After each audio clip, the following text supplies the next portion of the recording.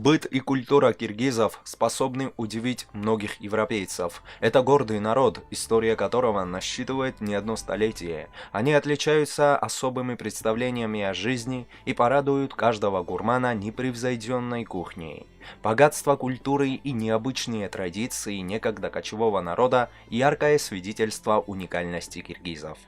Формирование народа происходило в условиях сложной обстановки. Древнейшими предками киргизов сейчас называют саков. Это были воинственные племена скотоводов, занимавшие часть территории Центральной Азии в первой тысячелетии до нашей эры.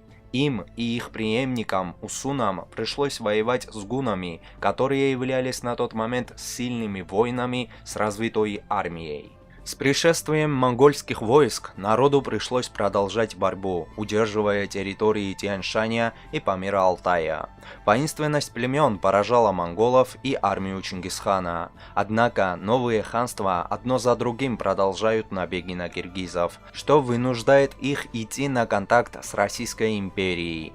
Это становится переломным моментом в истории страны. Ее северная часть присоединяется к России, а южная оказывается завоевана. Политика русских царей приводит к массовым выступлениям и протестам, а в 1916 году вспыхивает восстание. Советский период оказался полезным для страны. Она смогла провести индустриализацию и начать налаживать производство.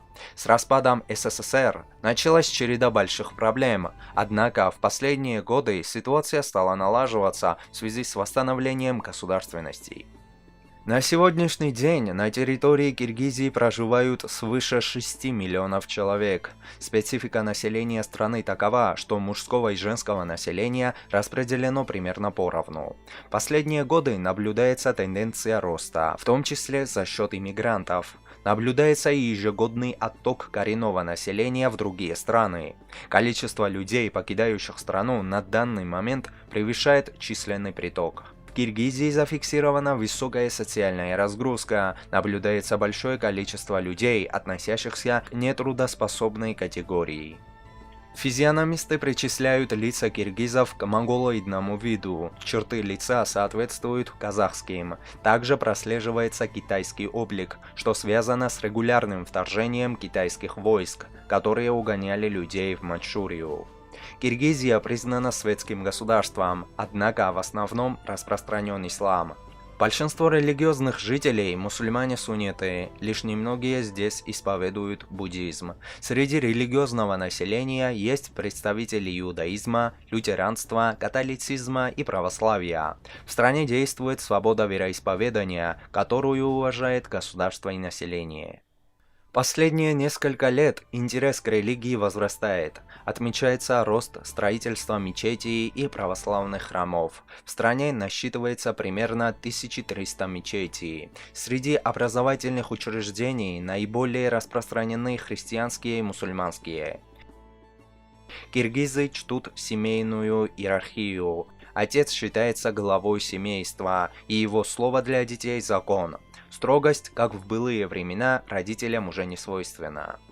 Взаимовыручка по-прежнему возводится в культ. Родственники, соседи, знакомые – все обязаны помогать друг другу в трудные минуты. Считается, что киргизские девушки взрослеют в раннем возрасте. Нередкий случай, когда юная девушка, едва достигшая 17 лет, уже выходит замуж.